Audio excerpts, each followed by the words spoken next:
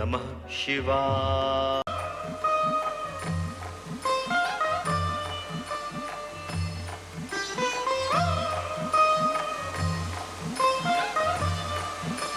पधारिए असुर सेनापति धूम्रलोचन। आप मुझे जानती हैं सुंदरी? आप जैसे महान असुर को भला कौन नहीं जानता।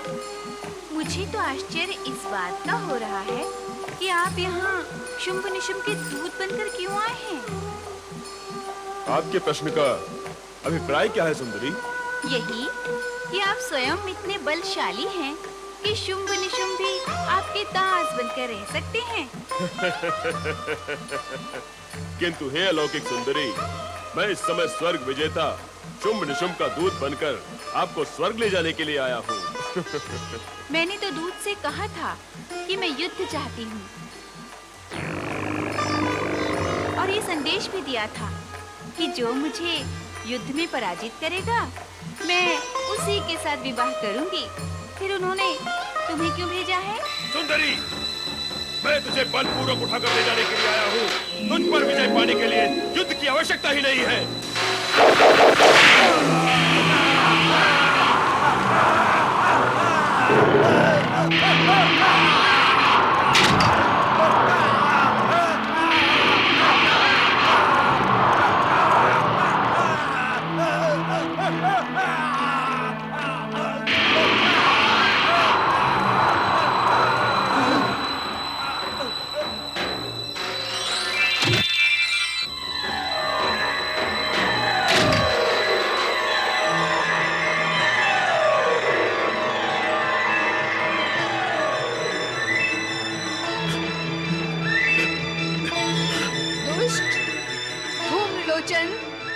यदि तू जीवित रहना चाहता है तो अपने स्वामियों शुंभ निशुंभ को युद्ध के लिए भेज।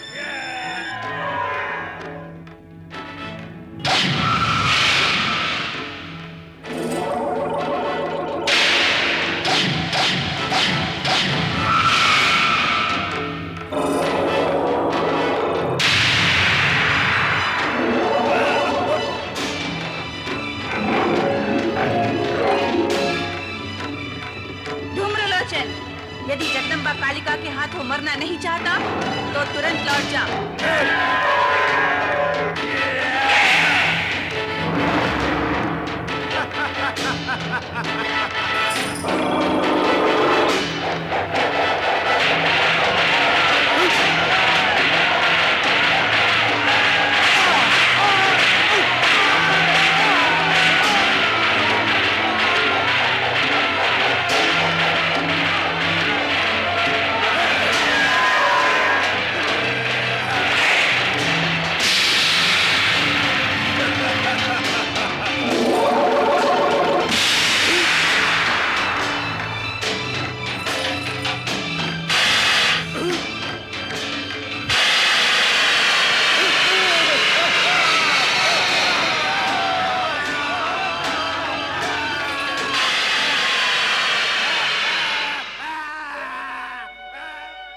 पुत्री कौशिकी, अब अपने महालय में जाकर विश्राम करो। धूम्रलोचन के अंत के साथ असुरों की ओर से नया युद्ध प्रारंभ होगा। आवश्यकता पड़ने पर मैं तुरंत तुम्हारी रक्षा के लिए आ पहुंचूंगी।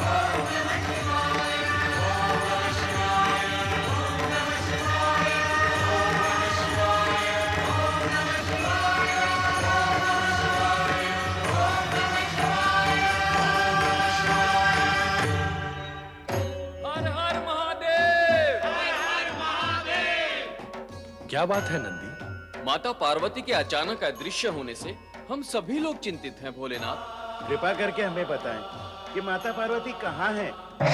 ओम नमः शिवाय।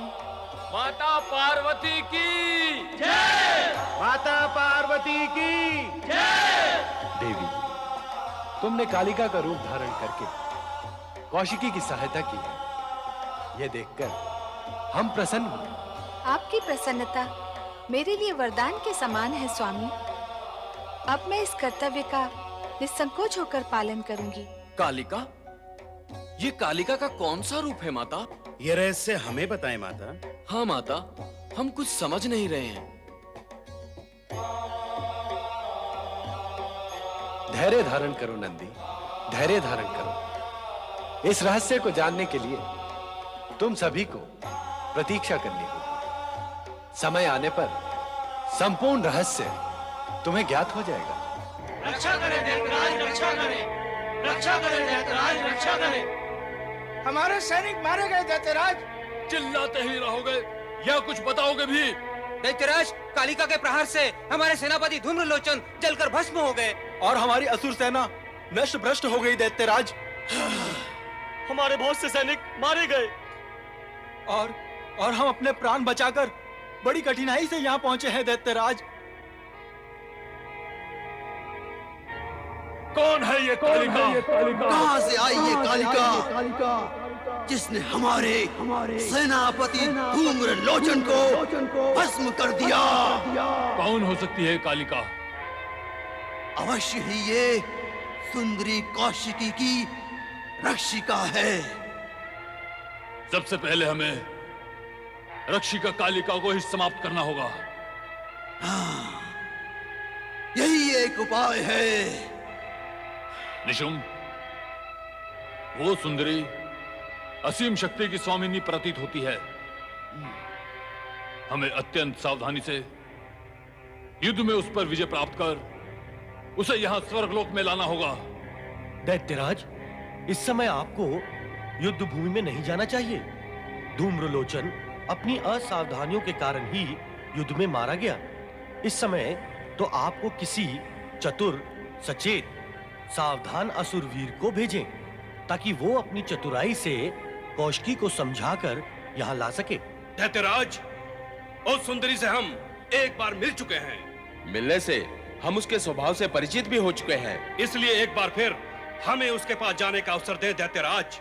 हमें विश्वास है कि हम उसे यहाँ लाने में अवश्य सफल होंगे। निशुम, मेरा विचार है हमें इन दोनों को ही भेजना चाहिए। हाँ भैया शुंभ, मैं भी ऐसा ही सोच रहा हूँ। चंड, मुंड, तुम दोनों असुर सेना के साथ उस ओर प्रस्थान करो। किंतु सावधान, विजयी होकर लौटना। ऐसा ही होगा दैत्यराज। स्वर्गाधिपति महाबली दैत्यराज शुंभ निशुंभ की जय। स्वर्गाधिपति महाबली दैत्यराज शुंभ निशुंभ की जय। शुंभ निशुंभ ने पहले धूम्रलोचन को भेजा देवी कौशिकी के पास और उसे मरवा दिया, और अब मरने की बारी है चंड मुंड की। क्या कारण है कि शुंभ निशुंभ अपनी असुर सेना को भेज रहे हैं? युद्ध करने स्वयं नहीं आते। वो देवी कौशिकी की शक्ति से परिचित होकर भयभीत हैं कि कहीं उनके हाथों वो मारे न जाएं। नारायण नारायण। देवराज एवं देवगण, आप सब यही विचार कर रहे हैं कि शुंभ निशुंभ स्वयं युद्ध करने क्यों नहीं जाते? कहीं देवी कौशिकी के हाथों मृत्यु को प्राप्त होने के भय से तो नहीं जाते? यही विचार मेरे अथवा अन्य किसी के भी मन में आ सकता है देवराज। कैसा विचार देवर्षि? यही कि आप स्वयं इन दुष्ट असुरों पर अपनी शक्ति का प्रयोग करके इन्हें समाप्त क्यों नहीं करते? देवर्षि, देवर्षि, इस बार स्वर्ग से निकलते ही हमारी सारी शक्तियां अपना चमत्कार खो चुकी हैं। इसके अतिरिक्त देवगुरु बृहस्पति ने भी हमें परामर्श दिया है कि हम अपनी बची कुची दिव्य शक्ति का प्रयोग करके उसे व्यर्थ न करें। कारण कि इन दुष्ट असुरों का संहार तो देवी कौशिकी के हाथों ही होगा। नारायण नारायण। देवी कौशिकी के विषय में देवगुरु ने जो कुछ कहा वो अक्षरशः सत्य है। परमपिता ब्रह्मा जी ने स्वयं मुझसे यही कहा था कि शुंभ निशुंभ को दिए गए वरदान में ही इन असुरों के विनाश के बीज छुपे हुए हैं। इसीलिए देवराज, आप निश्चिंत रहें और हां, इन दुष्ट असुरों की दृष्टि में आकर अपने लिए संकट को निमंत्रण ना दें। दैत्य सेनापति चंड मुंड की जय। दैत्य सेनापति चंड मुंड की जय। नारायण नारायण। स्वर्गाधिपति महाबली दैत्यराज शुंभ निशुंभ की जय। स्वर्गाधिपति महाबली दैत्यराज शुंभ निशुंभ की जय। दैत्य सेनापति चंड मुंड की जय। अरे नारद, तुम ही हो? ये तो सारा जगत जानता है कि मैं हूँ। पूरी बात सुनो नारद। चंड कह रहा है कि तुम ही हो जो देवताओं को हमारे स्वामियों के विरुद्ध भड़काते हो। तुम देवताओं के मित्र और असुरों के शत्रु हो। होता है, कोई किसी का मित्र तो कोई किसी का शत्रु होता है। जैसे आप बुद्धि के शत्रु और दुष्टता के मित्र होता है। क्या कहा? मैंने कहा, हे वीर असुर, क्या जगत में ऐसा भी कोई निर्बुद्धि प्राणी है जो देवताओं का शत्रु और असुरों का मित्र होना चाहेगा? और यदि होगा तो सारा जगत ही उसका शत्रु हो जाएगा। नारायण नारायण। ए नारद, तुम सदा ही बुद्धि में ना आने वाली बातें क्यों करते हो? किंतु किसी बुद्धिमान ने मुझसे ऐसा कभी नहीं कहा। उनकी बुद्धि में मेरी बातें अवश्य आ जाती होगी, है ना? बहुत बोलते हो नारद। मैं केवल बोलता ही नहीं, खोलता भी हूँ। क्या खोलते हो? रहस्य। और इस समय यह रहस्य खोल रहा हूँ कि तुम दोनों का सर्वनाश समीप है। नारद! चित्कार से सत्य को नहीं दबाया जा सकता चंड। मैं तुम दोनों का सर्वनाश अपनी दिव्य दृष्टि से देख रहा हूँ। यदि माता कालिका के हाथों अपनी मृत्यु को प्राप्त नहीं होना चाहते तो जाओ, तुरंत जाकर पाताल लोक में छिप जाओ। क्या कहा? नारायण नारायण। अरे दुष्टों, निर्बुद्धियों, तुम्हारे हित की बात करता हूँ तो भी तुम्हें क्रोध आता है।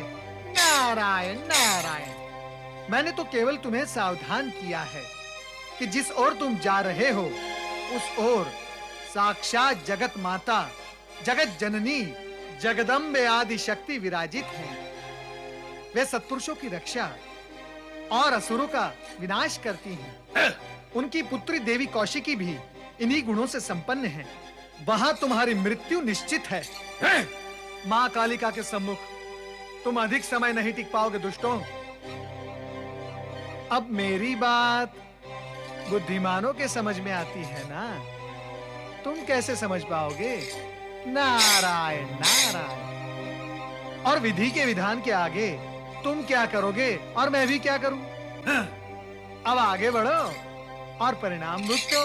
नारायण नारायण।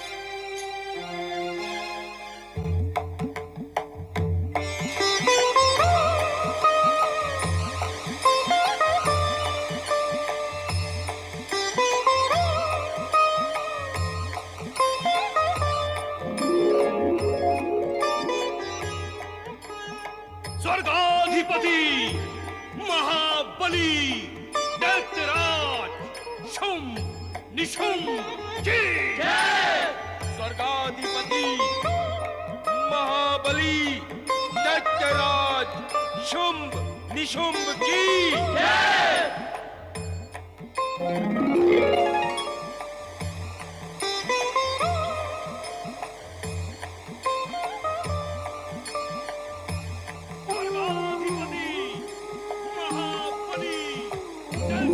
कौशिकी, इस बार उन दुष्टों ने चंडमुंड को भेजा है। मैं चामुंडा का रूप धारण करके उनका वध करूंगी। तुम निश्चिंत रहो। माता, मैं तो तुम्हारी लीला के अधीन हूँ। नारायण नारायण। देवी के दोनों पावन रूपों को नारद का कोटि कोटि प्रणाम। धन्य हुआ मैं एक ही रूप को दो स्थिति में देखकर मैं धन्य हुआ। नारद, तुम यहाँ किसकी आज्ञा से आए हो? नारायण नारायण। माता, बालक को अपनी माता से मिलने के लिए किसी की आज्ञा की आवश्यकता होती ही नहीं। वाह पटु हो, तुम्हारे सम्मुख प्रश्न जन्म ले, उससे पूर्व ही उत्तर तुम्हारी वाणी में जन्म ले लेता है। अब प्रश्न ये है कि आज्ञा की आवश्यकता नहीं, किंतु आए क्यों हो? दर्शन, मात्र दर्शन। मन में एक प्रबल इच्छा थी कि आप दोनों के दर्शन एक साथ करूं, और यही कामना मुझे यहाँ तक ले आई, और वो पूर्ण भी हो गई, और मैं धन्य भी हो गया। देवऋषि, आपकी ये कामना तो युद्ध भूमि में भी पूर्ण हो सकती थी।